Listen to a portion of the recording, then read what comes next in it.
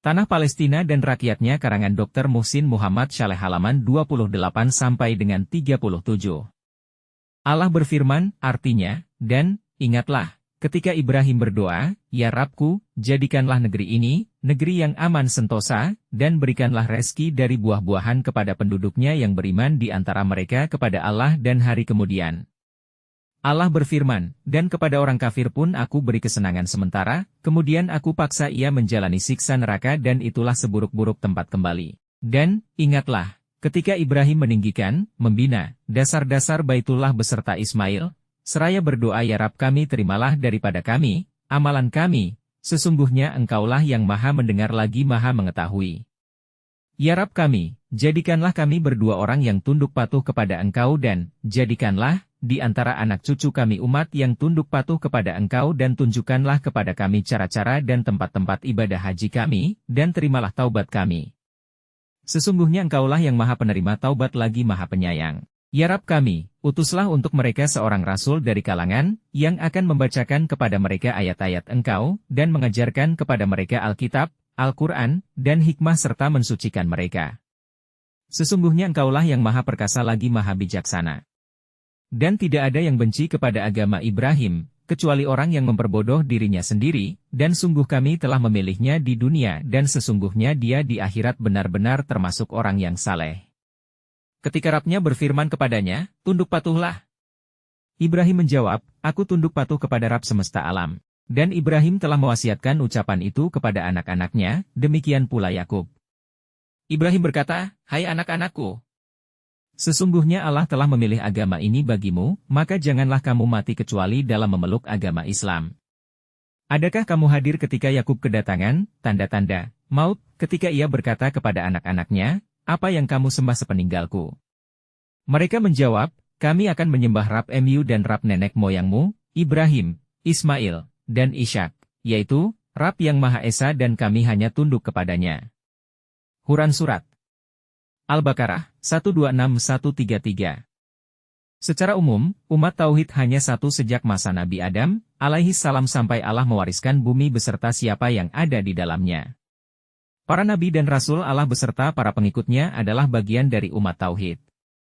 Dakwah Islam adalah tongkat estafet yang melanjutkan dakwah mereka, dan umat Islam adalah orang yang lebih berhak, sebagai pewaris, Nabi-Nabi Allah dan Rasulnya beserta peninggalannya. Maka, kekayaan para nabi adalah kekayaan kita, pengalaman mereka adalah pengalaman kita, sejarah mereka adalah sejarah kita dan syariat, legalitas, Allah yang telah memberikan tanah Palestina kepada para nabi dan pengikut mereka dalam memimpin tanah suci yang diberkati, adalah bukti legalitas dan hak kita untuk tinggal dan memimpin negeri Palestina.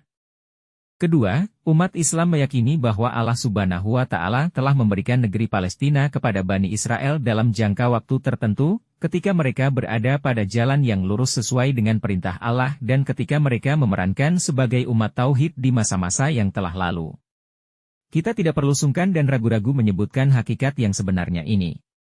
Karena kalau tidak, berarti kita menyelisihi ketegasan Al-Quran. Di antaranya adalah ungkapan Musa, alaihi salam kepada kaumnya, artinya, hai kaumku, masuklah ke tanah suci, Palestina, yang telah ditentukan Allah bagimu, dan janganlah kamu lari ke belakang, karena kamu takut kepada musuh, maka kamu menjadi orang-orang yang merugi.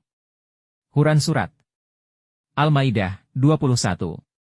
Namun syariat legalitas ini berlaku sepanjang mereka komitmen dengan tauhid dan komitmen dengan manhaj, metode, Allah. Legalitas itu menjadi tidak berlaku manakala mereka mengingkari, kufur, kepada Allah, tidak mentaati para rasulnya, membunuh nabi-nabi mereka, mengingkari janji dan sumpah, serta menolak mengikuti risalah Islam yang dibawa oleh Nabi Muhammad Shallallahu Alaihi Wasallam, seorang rasul yang telah dikabarkan oleh nabi-nabi Bani Israel. Allah berfirman, artinya, yaitu, orang-orang yang mengikut rasul, nabi yang ummi yang, namanya, mereka dapati tertulis di dalam Taurat dan Injil yang ada di sisi mereka, yang menyuruh mereka mengerjakan yang ma'ruf dan melarang mereka dari mengerjakan yang mungkar dan menghalalkan bagi mereka segala yang baik dan mengharamkan bagi mereka segala yang buruk dan membuang dari mereka beban-beban dan belenggu-belenggu yang ada pada mereka.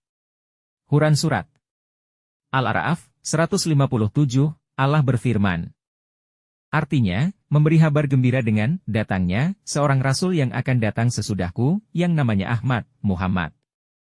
Quran Surat Asy-Syaff 6, Allah berfirman, artinya, tetapi, karena mereka melanggar janjinya, kami kutuk mereka, dan kami jadikan hati mereka keras membatu.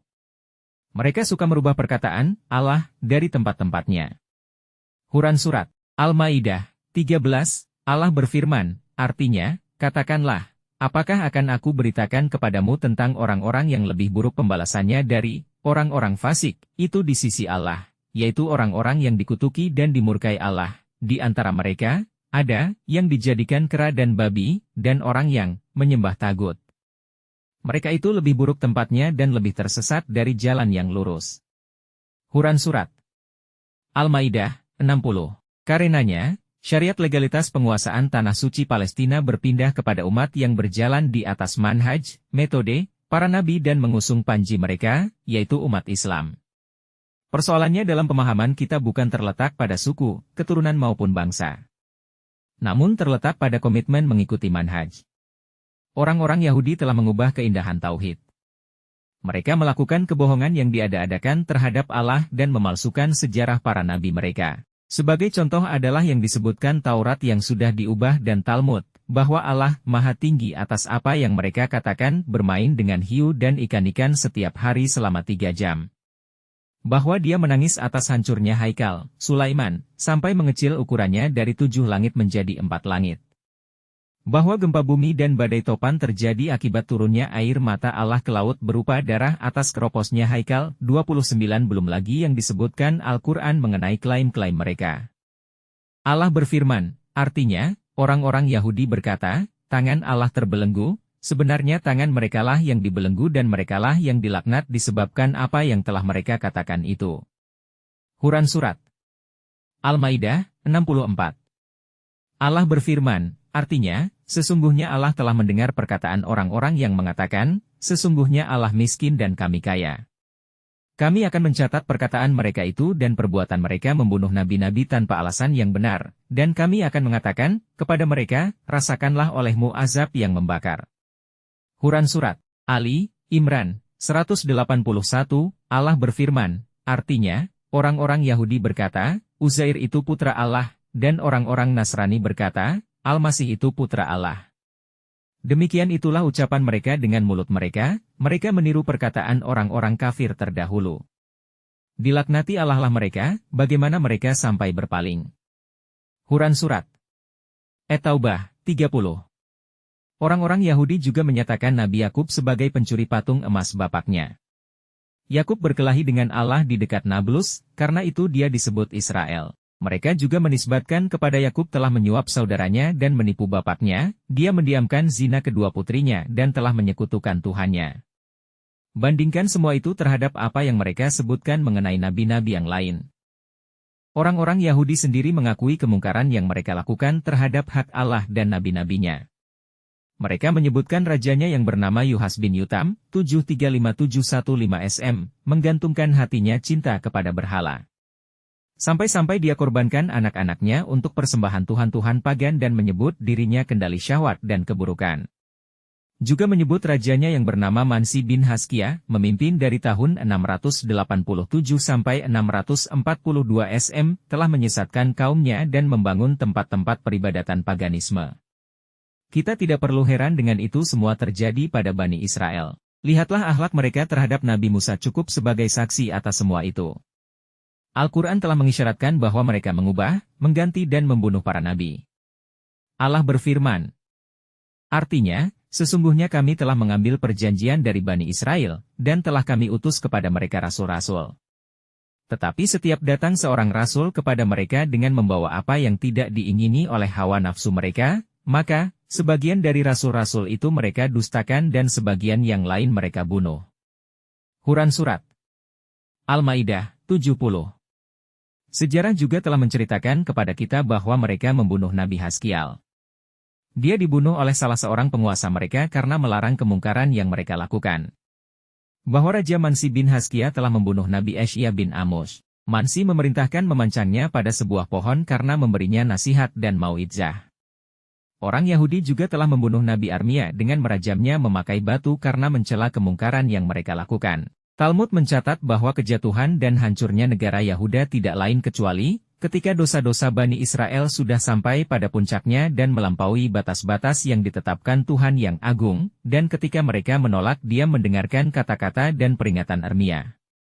Setelah penghancuran Haikal, Nabi Armia menyampaikan kata-katanya kepada Nebukadnezar dan kaum Kaldan, "Jangan kau kira hanya dengan kekuatanmu kau mampu mengalahkan bangsa pilihan Allah. Sesungguhnya dosa-dosa merekalah yang telah menggiring mereka kepada siksa ini." Taurat menunjukkan dosa-dosa Bani Israel yang layak sebagai sebab jatuhnya kerajaan mereka. Disebutkan lewat ucapan Asiya, salah seorang nabi mereka, "Celakalah umat yang bersalah, bangsa yang keras kepala dan berdosa, keturunan pelaku kejahatan, anak-anak pembuat kerusakan lagi meninggalkan Tuhan, meremehkan kesucian Israel, berpaling ke belakang." Sifir Asiya Isyah, bagian keempat. Taurat juga mengatakan, "Dan tanah Palestina ternoda di bawah penduduknya, karena mereka melanggar syariat, mengubah kewajiban dan mengingkari janji abadi." Sifir Asiya Isyah, bagian 24:5. Begitulah Yahudi, mereka tidak layak mengemban beban risalah dan kewajiban-kewajibannya. Karenanya, mereka kehilangan hak keagamaan atas tanah suci Palestina.